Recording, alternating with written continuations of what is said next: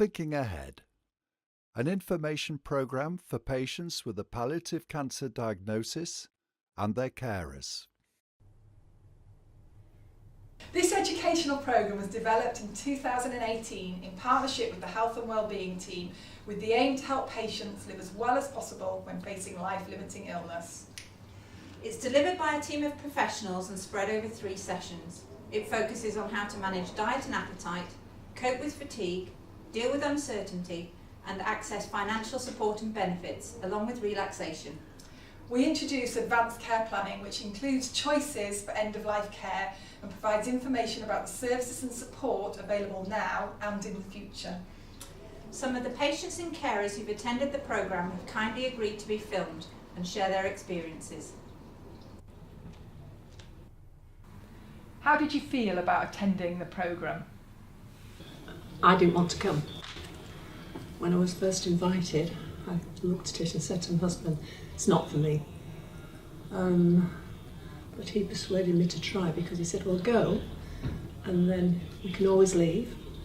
You don't have to go to any more because there are 3 sessions. But it's probably one of the best things I did because I learnt so much by attending, and of course I got to know people with similar problems that I've got. So, all positive really. I'm with the same opinion. I didn't want to come. I really didn't, and it was only last minute I decided to go to see what it's about, and it's one of the best things I've did.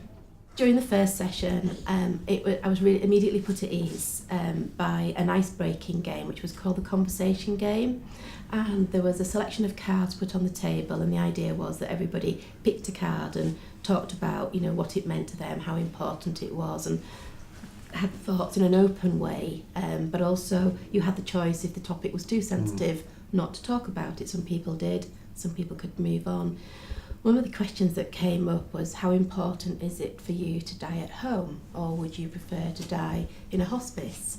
And I think that was the first time I'd really thought about the consequences, because you have this idealistic view, I'd like to die at home, and then you think, well, how important is that? Can you get the care you receive? And I was thinking, is that fair on your family? Do you want to leave that legacy in that house? And it was very emotive, was the game. And it brought out some really sensitive topics, but in a very open way.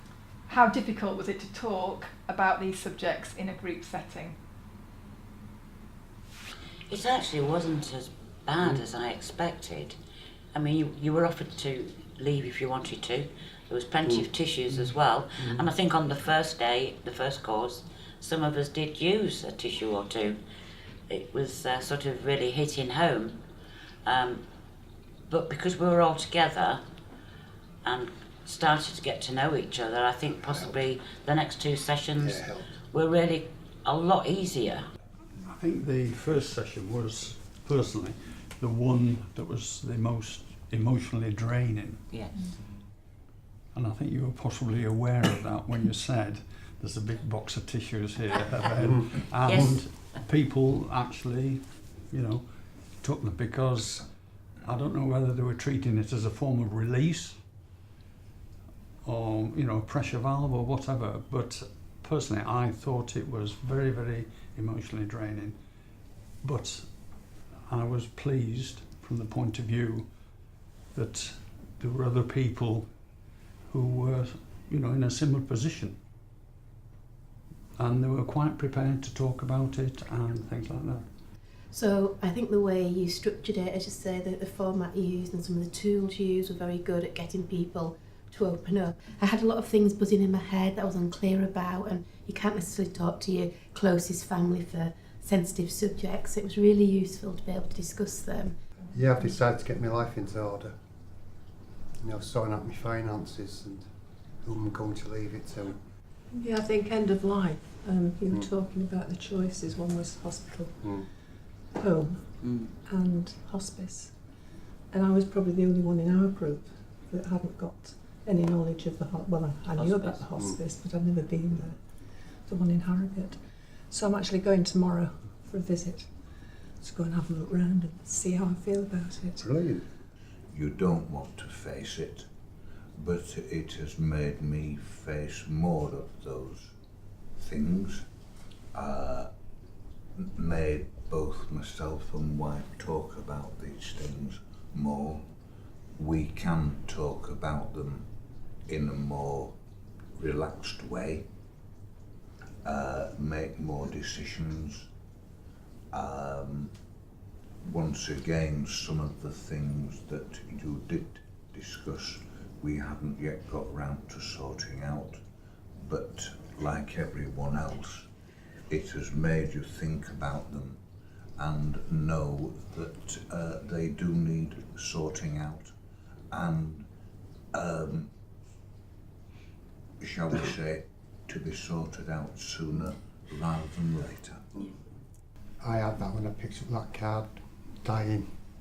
I couldn't talk about it, and like I say, the other group took into it, but I just couldn't talk about it. Now I could. No, I can face it. Like I say, I've got a network of support for various people. I've spoken to my clinical psychologist about it, spoken to my GP, the doctors down here, and the hospice. And it's all been more explained to me. So now I could talk about it. And then about 6 weeks ago, I couldn't. And I got quite emotional when I got that one. Everybody talks about the uncertainty. I think to a small degree that removes some of that, because you're actually taking an element of control back, and I think that's what's important, because none of us chose to be here. We've lost control, so if you can control some things, I think it just makes you feel stronger. Would you recommend this programme to others?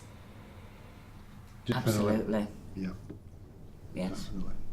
Big help. Yeah. Big help. Best thing we did. So I think it was a tremendous initiative, very, very helpful and very worth the time invested. And your programme was extremely good. I would recommend it to anyone else who's been or will be offered it and are not sure whether they should attend it or not.